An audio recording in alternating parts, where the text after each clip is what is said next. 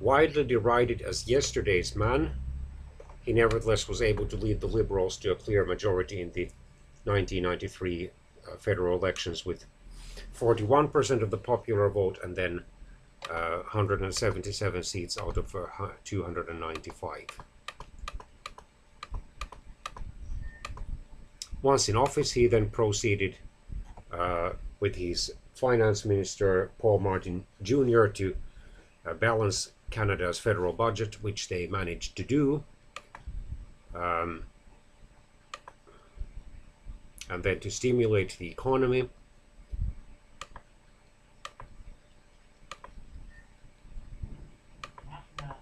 Yeah, you can go. It's open. It's open.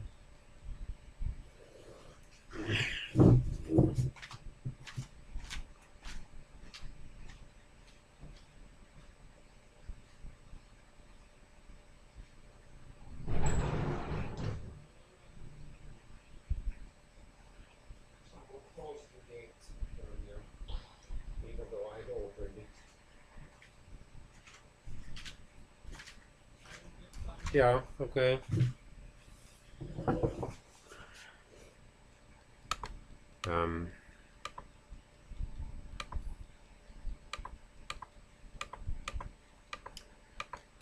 And then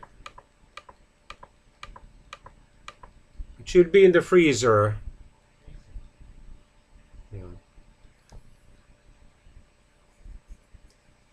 In the spring of 1996, the Chrétien government moved swiftly to achieve its Red Book promise of harmonizing the goods and services tax with provincial sales taxes by signing an accord with 3 of the 4 Atlantic provinces, creating a harmonized sales tax.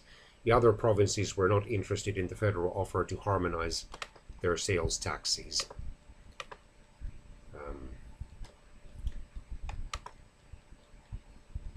Chrétien called an early election in the spring of 1997, hoping to take advantage of his position in the public opinion polls and the continued division of the centre-right vote between the Progressive Conservatives and the Reform Party of Canada. The Liberals managed narrowly to win that election in terms of getting a majority with 155 seats out of 301, and Chrétien himself had difficulty getting re-elected in his electoral district. In November 1997, the Asia-Pacific Economic Cooperation, or APEC Summit, was held in Vancouver on the University of British Columbia campus. It was a meeting of many Asian and Pacific countries, and students on that campus protested the meeting of some of these leaders because of their poor human rights practices. The dictatorial President Suharto of Indonesia was still in office, and he was criticized for killing at least 500,000 people when he had come to power in a coup in 1965, and for waging a near genocidal campaign in East Timor.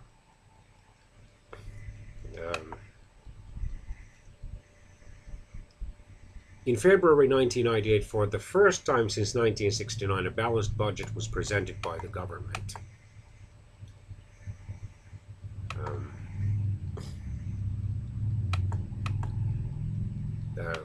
Chrétien's relations with Paul Martin gradually started to deteriorate, and then Martin resigned or was forced out of office as finance minister in 2002.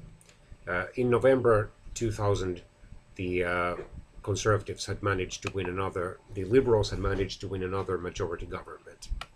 Sorry.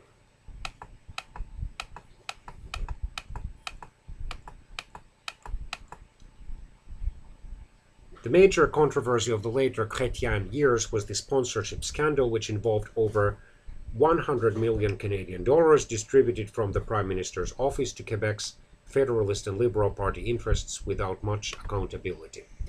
In May 2002, the sponsorship scandal broke when the Auditor General, Sheila Fraser, issued a report accusing Public Works bureaucrats of having broken just about every rule in the book in awarding $1.6 million to the Montreal ad firm Group Action Marketing Incorporated.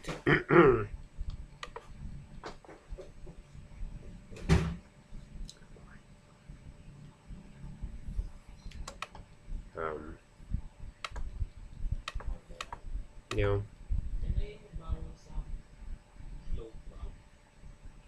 Yes, you can. Please return them then later.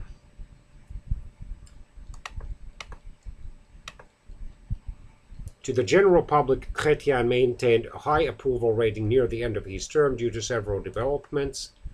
For example, the balancing of the budget.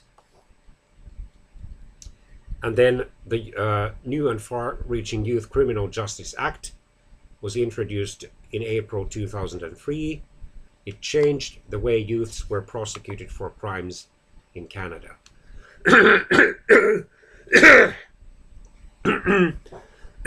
Before Chrétien retired, Vancouver managed to win its bid to host the 2010 Winter Olympics.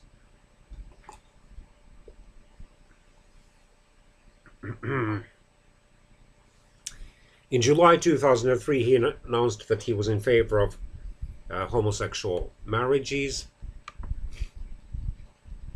Obviously, various Christian conservatives, including Catholic conservatives, criticized him for that about face. In December 2003, Chrétien formally resigned as Prime Minister, handing over power to his prospective successor, Paul Martin Jr.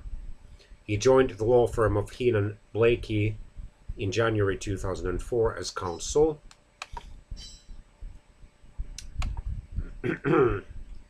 He testified for the Gomery Commission regarding the sponsorship scandal in February 2005. In August 2010, he complained of experiencing difficulty walking and was admitted to a hospital. A brain scan was conducted the next day, and it revealed that a 3-centimeter wide subdural hematoma was pushing 1.5 centimeters into his brain. Emergency surgery was then performed that afternoon, and the blood was successfully drained. He's a member of the Club de Madrid, or Club de Madrid, a group of former leaders from democratic countries that works to strengthen democracy and respond to global crises.